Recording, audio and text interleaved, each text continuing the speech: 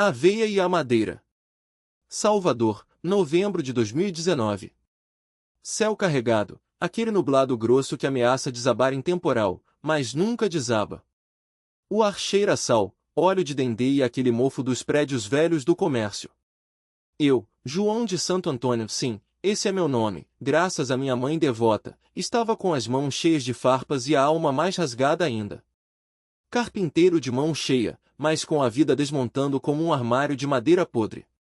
Naquela tarde, eu terminava um balcão para a padaria do seu Damião, na Avenida Brasil, quase na altura do elevador Lacerda.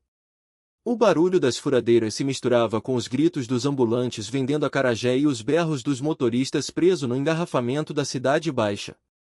Era quase 5 da tarde, hora em que o sol já cansava de brigar com as nuvens e desistia, deixando a rua num tom de cinza sujo. Ô, João, tá demorando demais, rapaz! Gritou o seu Damião, enxugando a testa com o mesmo pano que usava para limpar o suor do pão. O carnaval tá chegando, e eu preciso desse balcão antes que os turistas invadam a cidade. Carnaval. A palavra doía mais que prego na carne. Há 3 anos, essa época do ano era sinônimo de festas, mulheres, samba e, principalmente, heroína. Eu injetava a merda no pescoço, bem ali onde a veia jugular latejava forte, como se fosse um coração secundário. Bum bum. Bum bum. Cada picada era um beijo da morte, um carinho que me afundava mais. Mas hoje eu estava limpo. Ou pelo menos tentava estar. Tá quase pronto, chefe, respondi, apertando o último parafuso. Mentira. Faltava lixar, envernizar, ajustar as dobradiças. Mas eu precisava sair dali. O cheiro de cola de madeira me lembrava o cheiro da droga queimando na colher. Quando fechei a oficina, a noite já tinha caído como um pano preto sobre a cidade. Caminhei pela ladeira da Misericórdia, onde as luzes dos bares piscavam como olhares de cobra. O som do berimbau vinha lá de cima, do Pelourinho, onde os capoeiristas treinavam para o verão. Eu podia sentir o suor deles, a energia, a vida. Mas eu não tinha mais vida.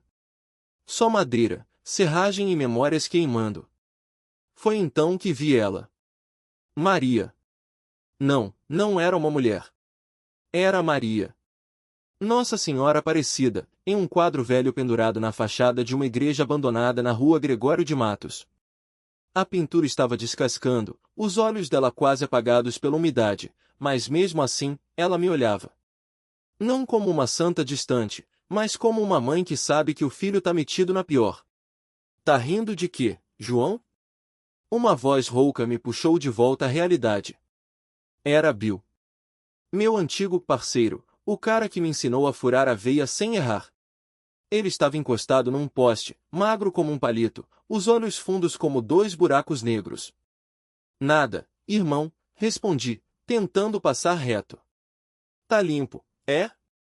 Ele riu, mostrando os dentes amarelos. Ainda bem. Porque a mercadoria boa chegou hoje. Pura. Branca que nem leite de cocô. Meu coração disparou. Bum bum. Bum bum. Não era a veia dessa vez. Era a memória. Não tô interessado, menti. Bill se aproximou, cheirando a suor azedo e maconha. Claro que tá. Todo mundo tá. Até o padre da sé tá cheirando escondido. Ele puxou um saquinho do bolso. Primeira dose é de graça. Cortesia do chefão. Eu deveria ter corrido ponto. Deveria. Mas minhas pernas não obedeceram. 2 dias depois, eu estava deitado no chão de um cortiço na Liberdade, a agulha ainda cravada no pescoço, o sangue escorrendo devagar, quente. A heroína tinha me abraçado como uma amante traidora, e eu deixei. De novo. Você é um lixo, João, disse uma voz dentro da minha cabeça. Não era Deus. Não era o diabo. Era eu mesmo. Foi então que o quadro apareceu de novo. Dessa vez, não era uma pintura. Era ela. Nossa Senhora Aparecida, de verdade, agachada ao meu lado como se fosse uma mulher qualquer do bairro. Vestido simples, pés descalços, mãos calejadas como as da minha mãe. Você acha que eu não sei o que é cair? Ela falou, com sotaque de baiana. Não era a voz de anjo. Era o tom da minha avó quando me chamava para jantar depois de um dia inteiro brincando no Pelourinho. Eu tentei levantar a cabeça, mas o peso da droga era como se alguém tivesse derramado chumbo nos meus ossos.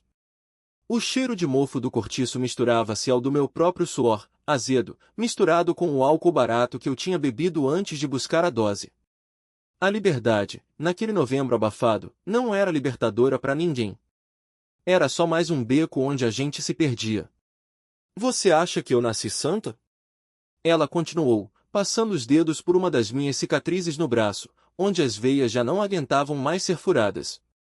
Eu fui encontrada no rio, menino. Um pescoço de barro, quebrado em pedaços. Se até uma santa pode ser remontada, por que você acha que não pode? Eu ri, ou tentei. Saiu um som rouco, como se minha garganta tivesse sido raspada com lixa. Santinha, você tá vendo esse lugar? Apontei com o queixo pro canto do cômodo, onde um rato roía os restos de um pão duro. Aqui não tem milagre. Aqui só tem. Aqui tem você. Ela cortou, firme. E enquanto tiver você, tem esperança. Mesmo que seja só um fio.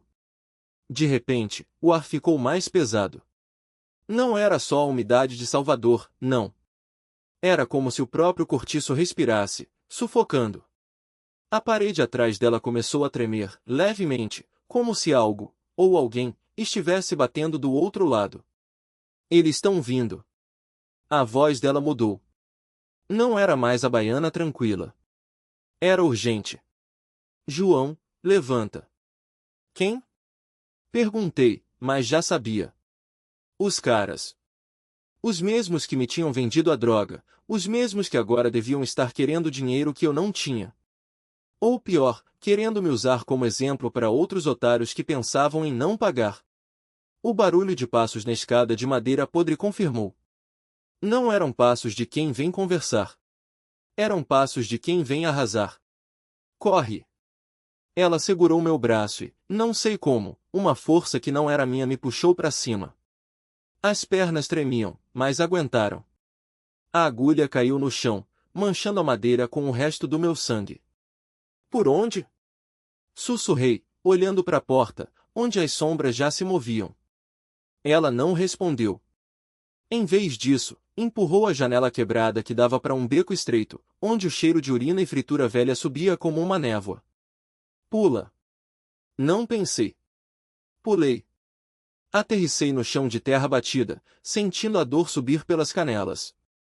Corri. Não olhei para trás. Só ouvi os gritos, os palavrões, o som de um tiro, ploc, cravando-se na parede onde eu tinha estado segundos antes. Salvador à noite é uma cidade de duas caras, a que brilha para os turistas e a que sangra para os seus. Eu conheci a segunda como a palma da minha mão. Virei à direita na Rua da Liberdade, esquivando-me de um grupo de jovens que fumavam maconha num portão, depois desci a ladeira do Carmo como se o diabo estivesse em meus calcanhares. O suor escorria pelo rosto, misturando-se com as lágrimas que eu não sabia que estava chorando. Parar não era opção. Eles conheciam cada esconderijo, cada boca, cada maloqueiro que poderia me trair por algumas notas. Precisava de um lugar onde ninguém olhasse para minha cara e perguntasse. Precisava de um lugar onde eu pudesse sumir. E então, como um sinal, vi a luz acesa da oficina do seu Damião. Damião era um velho carpinteiro que tinha me ensinado ofício quando eu ainda era moleque, antes da heroína, antes da Avenida Brasil virar meu ponto de encontro com a morte. Ele morava nos fundos da oficina, num quartinho que cheirava a serragem e café coado. Se tinha alguém em Salvador que não ia me entregar, era ele. Bati na porta com as costas, ofegante. Seu Damião! Abre, porra! Silêncio. Bati de novo, dessa vez com o punho, sentindo a dor latejar nos nós dos dedos. João? A voz do velho veio abafada, desconfiada. Que horas são, rapaz? Tá doido? Deixe eu entrar, seu Damião. Por favor. Minha voz quebrou. Não era orgulho. Era desespero. A tranca rangeu. A porta se abriu só o suficiente para eu me espremer para dentro. Quando ele viu meu estado, os olhos fundos, as roupas sujas de sangue, o cheiro de droga, o cheiro da madeira e o sangue nas veias, seu Damião recuou como se eu fosse um fantasma. O velho carpinteiro, com suas mãos grossas marcadas por décadas de plena e formão, cruzou os braços sobre o peito magro. A luz amarela da lâmpada pendurada balançava, jogando sombras nas paredes de tábuas mal alinhadas. O cheiro de café queimado se misturava ao de serragem, um perfume que, por anos, tinha sido meu refúgio. Meu Deus do céu, João, ele murmurou, fazendo o sinal da cruz, o que foi que você aprontou agora, meu filho? Não respondi. Não tinha fôlego. Me joguei no banco de madeira perto da bancada, onde um Cristo de cedro ainda esperava os últimos retoques. As mãos tremiam. A seringa, ainda cravada no pescoço, ardia como fogo. O sangue escorria lento, manchando a camisa. Eles vão me matar, seu Damião. Minha voz saía rouca, como se tivesse engolido vidro. O Zé Pequeno e os caras dele. Roubei a mercadoria errada. Não era para ser heroína pura, era para ser cortada. Agora eles estão atrás de mim. O velho fechou os olhos por um segundo, como se pedisse forças. Quando os abriu, havia algo novo neles, com uma determinação que eu não via desde que ele me ensinou a lixar uma porta sem lascar a madeira. Você não vai morrer hoje, não. Ele segurou meu queixo com dedos calosos, forçando-me a olhá-lo. Mas vai ter que correr. E não é pra rua, não. É pra dentro. Dentro de onde? Perguntei, confuso. Dentro de você. Ele soltou meu rosto e foi até o armário de ferramentas. Tirou uma chave enferrujada e a jogou no meu colo. Pega o carro do meu sobrinho. Tá lá atrás, coberto com lona. Chave na ignição. Vai para a igreja de Nossa Senhora do Rosário dos Pretos. Agora. Seu Damião, eu não posso. Pode e vai. Ele cortou, severo.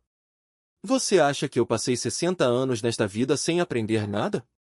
Aquele lugar é sagrado. Eles não vão entrar atirando numa igreja. E tem mais, ele baixou a voz, como se o próprio ar pudesse trair segredos. A imagem de Nossa Senhora Aparecida que tá lá, ela é diferente. Não é igual às outras. Eu ia rir. Ia dizer que tava louco. Mas algo na forma como ele segurou meu pulso, apertando os dedos nos meus como se quisesse transferir sua própria força, me calou. Vai. Foi tudo o que ele disse. Avenida Brasil, 23h47. O carro, um Corsa velho com o para-choque amassado, rangeu quando virei à direita na ladeira da Barroquinha. O céu estava tão nublado que parecia que Deus tinha jogado um pano preto sobre Salvador. As ruas, normalmente cheias de gente até altas horas, estavam desertas. Só o eco dos meus pensamentos e o som do motor falhando. Até que os vi. 2 carros parados na frente da igreja, motores ligados. Homens encostados nos capos, fumando. Zé Pequeno no meio, com aquele sorrisinho de faca que eu conhecia bem demais. Merda!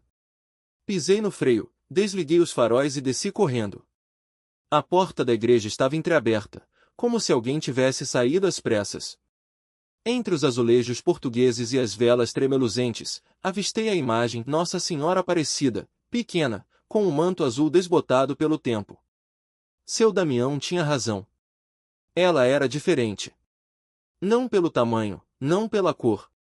Mas porque, quando me ajoelhei na sua frente, com as mãos ainda trêmulas e o coração batendo como um martelo, senti algo que não sentia há anos: silêncio. Não o silêncio do medo. O silêncio de alguém que, pela primeira vez em muito tempo, ouve. E então ela falou. Não com palavras. Não com vozes. Mas com uma certeza que invadiu meu peito como uma maré. Você não é isso. Um milagre que ninguém viu, mas todos sentiram. Não sei quanto tempo fiquei ali. Podem ter sido minutos. Podem ter sido horas. Mas quando levantei, algo tinha mudado. Os homens do Zé Pequeno não entraram. Ficaram do lado de fora, xingando, batendo na porta. Até que, de repente, os carros buzinaram e eles foram embora. Como se algo ou alguém tivesse os afastado. Saí da igreja quando o céu começou a clarear. A seringa ainda estava no meu pescoço, mas agora doía menos. Caminhei até a praça municipal, onde os ambulantes já começavam a montar suas barracas de acarajé. Um milagre que ninguém viu, mas todos sentiram. A cidade acordava com o cheiro de dendê fritando nas panelas de barro e o som dos berimbauzinhos dos meninos que já ensaiavam capoeira na calçada. O céu, ainda nublado, parecia pesado, como se carregasse mais do que chuva, carregava o peso das escolhas que eu tinha feito. E das que ainda precisava fazer. Parei na barraca da Dona Cida, uma baiana de turbante vermelho que já me conhecia desde os tempos em que eu ainda era só o filho do seu Antônio, o carpinteiro. Ela me olhou de canto de olhos, viu a seringa no pescoço, mas não disse nada. Só empurrou um prato de acarajé com camarão seco e um copo de cajuína gelada na minha direção. Come, menino. Isso aqui não é de graça, não. Mas você paga quando puder. Engoli o primeiro pedaço como se fosse a primeira refeição em anos. E, de certo modo, era. Porque algo dentro de mim tinha renascido naquela igreja. Não era fé cega, era uma rachadura na armadura que eu tinha construído em volta do meu coração. A madeira e o sangue. 3 dias depois, eu estava de volta à oficina do seu João, no Largo do Tanque. O cheiro de serragem e tinta me acalmava, como se a madeira tivesse o poder de absorver a podridão que ainda colava em mim. Seu João, um velho carpinteiro de mãos calejadas, me olhou por cima dos óculos quando entrei. Pensava que você tinha ido pro buraco de vez, Rafinha. Não respondi. Só peguei o plano de uma porta que ele tinha deixado sobre a bancada. Madeira de lei, daquelas que duram décadas. Como a que meu pai usava para fazer os santos de procissão. Essa aqui é para a igreja de Santo Antônio além do Carmo, seu João explicou, batendo na madeira. Padre Marcelo pediu urgente. Diz que tá faltando uma porta para fechar o confessionário. Meus dedos tremeram ao pegar a plana. Fazia meses que eu não trabalhava direito. Mas quando a lâmina tocou a madeira, foi como se o tempo voltasse atrás. O ritmo, a pressão, o som do corte limpo, tudo isso me lembrava de quando eu era criança, ajudando meu pai na oficina da Rua do Paço. Antes da heroína. Antes do Zé Pequeno. Você tá com a mão boa ainda, seu João grunhiu, satisfeito. Mas se você cair de novo, não volta aqui não, tá? Essa oficina não é hospital. Assenti. Não precisava dizer que eu também não queria voltar para aquele inferno. O carnaval que não era meu. Salvador em novembro já respirava carnaval. Mesmo longe do fevereiro, os trios elétricos ensaiavam nos armazéns do comércio, e os tambores dos afoxés ecoavam pelas ladeiras do Pelourinho. Eu evitava aquelas ruas. Não por medo, mas porque sabia que era lá que o Zé Pequeno e seus homens faziam negócio. Até que, numa sexta-feira, Dona Cida me chamou quando eu passava pela praça municipal. Rafinha, o padre Marcelo tá procurando você. Diz que é urgente. Pra quê? Eu nem sou mais da igreja. Não sei, menino. Mas quando o padre chama, a gente vai. O padre me esperava na porta da igreja de Santo Antônio, com um olhar que misturava preocupação e algo que parecia esperança. Rafael, preciso de um favor. E só você pode fazer. Ele me levou até o confessionário. A porta que eu tinha feito estava encostada na parede, quase pronta. Mas não era isso que ele queria mostrar. Olha aqui, ele apontou para a madeira. Na parte de trás, quase escondido, tinha um sulco profundo. Como se alguém tivesse cravado uma faca ali. Isso não estava aqui ontem, o padre murmurou. E hoje de manhã, quando vim rezar, encontrei isso. Ele abriu a mão. Dentro dela, uma seringa quebrada. Igual a que eu tinha cravado no pescoço. Alguém tentou esconder isso aqui. E não foi por acaso. Meu sangue gelou. Zé Pequeno sabia onde eu estava. A armadilha na ladeira. Naquela noite, Enquanto eu voltava para casa pela ladeira da montanha, senti que estava sendo seguido. Não eram os passos, era o silêncio. O tipo de quietude que precede a tempestade. Virei numa travessa escura, perto do forte de Santo Antônio, e lá estavam eles. 2 homens do Zé Pequeno, com facões na cintura e olhares de quem já tinha matado antes. O patrão manda lembranças, um deles disse, cuspindo no chão. Diz que você deve dinheiro. E carne. Não tinha para onde correr. A ladeira era íngreme, e eles bloqueavam a saída. Mas quando o primeiro avançou, algo aconteceu. Um barulho de madeira rangendo. Alto. Como se o chão sob meus pés tivesse se aberto. Era o galpão do seu Damião, o velho carpinteiro que me ensinou o ofício. A porta de madeira podre, que eu mesmo consertei meses atrás, desabou com um estrondo, revelando uma sombra atrás dela. Corre, seu animal! Gritou uma voz feminina. Era Maria. Não a Maria qualquer. Era ela a menina que eu via todos os dias na missa da Conceição da Praia, a que distribuía sopa para os moradores de rua na Avenida Brasil, a que carregava 1/3 de Nossa Senhora Aparecida no pulso como se fosse uma arma. Só que agora, em vez do vestido branco de sempre, ela vestia uma camiseta rasgada e calças surradas, os olhos brilhando como faróis na escuridão. Pula! Ela ordenou, jogando um pedaço de madeira podre nos pés dos homens. Não pensei 2 vezes. Saltei a janela quebrada do galpão, rolando no chão de terra batida do quintal. Os caras gritaram, mas quando se viraram, Maria já tinha fechado a porta com uma trave de eucalipto, a mesma que eu tinha cortado na semana passada. Isso aqui é para segurar porta ou para quebrar cabeça? Ela perguntou, ofegante, enquanto os socos e chutes dos capangas faziam a madeira tremer. As 2 coisas, respondi, arrastando-a para trás, onde uma mototáxi velha estava parada, com a chave na ignição. Você tá louca? Eles vão te matar. E você acha que eu ia deixar o carpinteiro que conserta os bancos da minha igreja ser esfaqueado numa ladeira? Ela rebateu, pulando na garupa. Anda, seu João. A polícia não vem nessa área depois das 6. O motor chiou, mas pegou. Saímos em disparada pela Rua da Misericórdia, com os faróis apagados, enquanto os gritos dos homens se perdiam no vento. O refúgio e a revelação. Paramos num barracão abandonado perto do dique do Tororó, onde a água escura refletia as luzes fracas da cidade.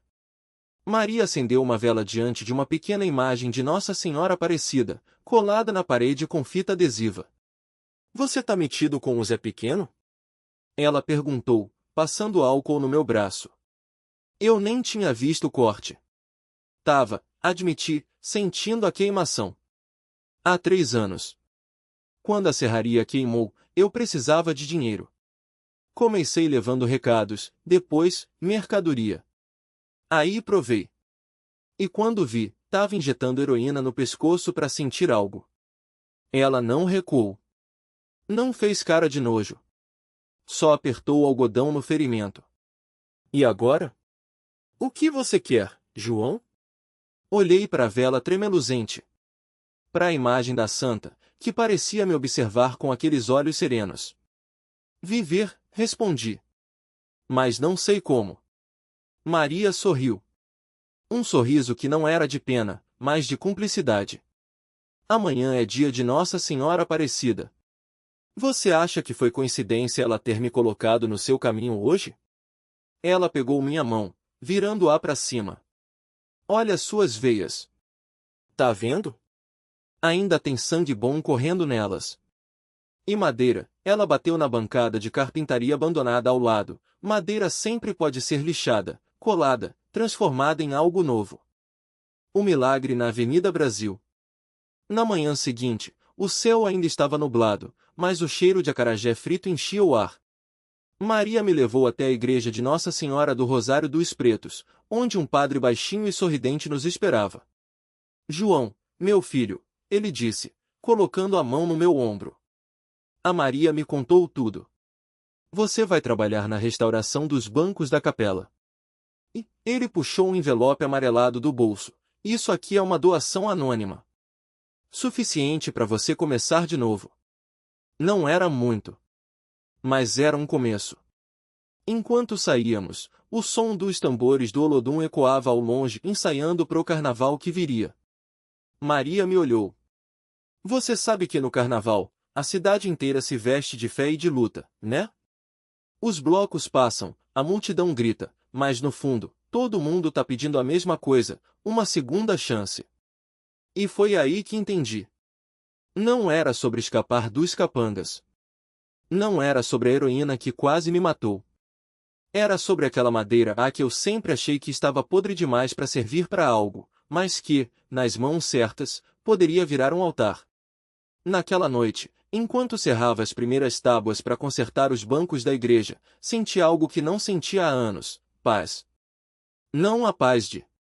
Foi ali que senti a mão invisível da providência.